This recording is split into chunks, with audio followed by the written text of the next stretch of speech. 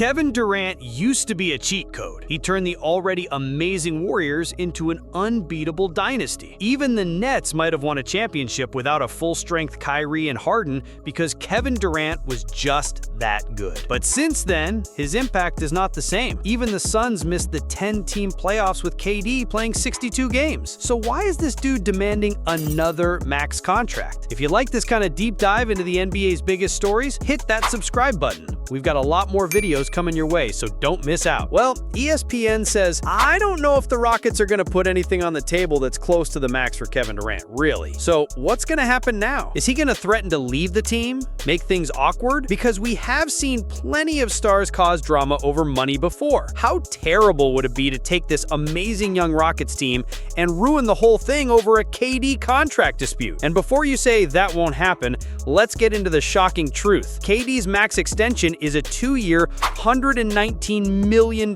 deal. Because he's over 38 at the end of the contract, the longest he can extend for is 2 seasons. The Rockets, though, have a habit of playing hardball with their players. But the risk here is pissing a dude like him off. I mean, everybody assumed that whoever won the trade for KD would have to extend him, and that includes KD himself. But the Rockets have no plans to give in to his demands. They're standing their ground, and it could be the first time in a long time a team has dared to challenge him on his value. In the past, we have seen a guy like Jimmy Butler show up to training camp and make things uncomfortable. He showed up late for the Heat, said all the right things, but within a few months was making noise about being traded.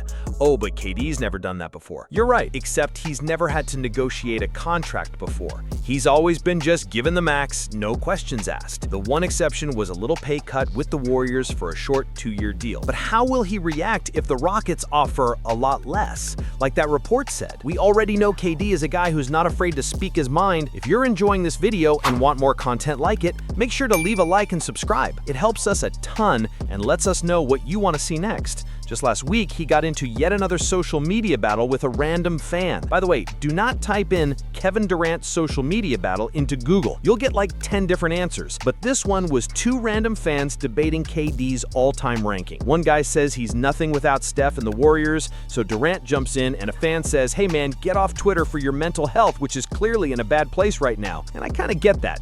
The dude is just searching his own name to argue against fans at 5 a.m. They didn't even tag him. He's searching his name. So KD says, how do you know where my mental is at? Then a fan says, well, where will your mental be on opening night when you watch the team that gave you everything raise a banner after you left them high and dry? Ooh, see, the NBA savagely scheduled the Rockets at OKC Game 1 on ring night. So Kevin Durant's gonna have to stand there and watch his old team raise a banner in front of him. Total burn by that fan.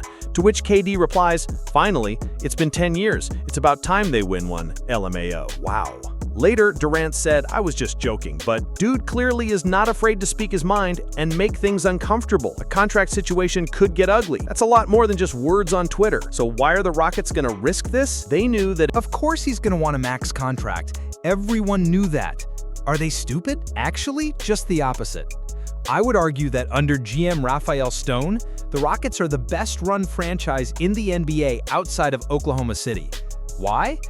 Because the Rockets get young players to take team-friendly contracts left and right. Alperen Sengun said, oh, I want my max? But he signed for 5 years, $185 million, a good $40 million below his max. They got Jalen Green to sign for just 3 years instead of 5. Jabari Smith Jr. is only going to make about $24 million per year, which is a bargain. In these days of all these young players overrating themselves, somehow the Rockets are able to squash that. Veteran players buy in too. Fred VanVleet just restructured his contract to give Houston more flexibility. Dorian Finney-Smith left the Lakers for 4 years, $53 million, but in the fine print of that contract, only 2 of the years are guaranteed. So how did the Rockets pull this off? I don't know. But right now, the most valuable thing in the NBA today, in this era, outside of having a top 5 player, is getting valuable, team-friendly contracts. See, under the new second apron rules, teams that overspend are punished harder and faster than ever. Basically, your depth gets destroyed. Your flexibility is gone. So you're stuck if anything goes wrong. Injuries, bad chemistry, whatever. It is such a big deal. Teams like Boston are willing to take apart their roster just to get under the second apron. which means teams aren't just collecting stars anymore, they have to have smart front offices that collect value, which Houston does better than anyone. A bad contract hurts more than ever. The Rockets are not about to let a 38-year-old Kevin Durant make $60+ million on their team. But didn't KD know this before he got there? Why was there that video of him being so excited to become a Rocket? Well, yes, obviously he likes their young roster. He likes their coach. But also because the dude had leverage. See, because Durant is on an expiring contract, the Rockets would be foolish to deal assets and then not extend him because they would risk losing KD for nothing and wasting everything that they traded away. But it turns out KD's leverage is not as strong as he thought it would be. The first reason is what the Rockets had to trade to begin with. Out was Jalen Green, Dillon Brooks, that number 10 pick, and seconds for Kevin Durant and Clint Capella. Jalen Green, the most valuable thing in this trade, was really a number 2 overall pick who never lived up to expectations. Dillon Brooks was definitely good on defense and for toughness, but the number 10 pick? I mean, the Rockets didn't even have time for the number 3 pick last year, Reed Shepherd. What were they going to do with number 10? So they didn't give up all that much. Now, even if KD does leave after 1 year, the Rockets still have so much to use to replace him in a big trade. They control the Nets pick in 2027, the Suns picks in 27 and 29, the Mavericks in 29, and a bunch of their own, meaning the team's got valuable picks for the moment another superstar becomes available. Like I said, most well-run organization outside of OKC. KD just doesn't have that leverage. But there is one weird wrinkle to all of this that explains why Houston is playing tough.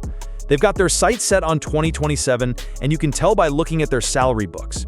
It turns out the Rockets only have 5 guaranteed contracts on their books for that summer. They plan to use that money on a superstar free agent that summer or pay Amen Thompson what he's worth if he continues to be elite. I mean, look at Jabari Smith Jr.'s contract. It weirdly dips down in the summer of 2027, then shoots right back up again. You never see that. It couldn't be more obvious that the Rockets are planning something huge for 2027. So KD is just the transition period until they get there. Maybe they can do something nice in between now and 2027, but he is not their final piece. I think the Rockets' backup plan as of now is to go into this year without that new KD contract, blow him away with a deep playoff run, proving those online haters wrong that he can win a title without Golden State. But on every team that Durant's ever gone to, he has been the man. On Houston, he's just part of the story. He's not the final piece. So if a guy wants to get paid like that, he is about to get a big wake-up call about how much his value has actually changed in the NBA. How will he respond? But a guy who is on the rise is Victor Wembanyama. Wemby is about to do something we have never seen in the NBA before for year 3. The Spurs built honestly a very weird team around him, but if Wemby pulls this off, it could be the perfect fit.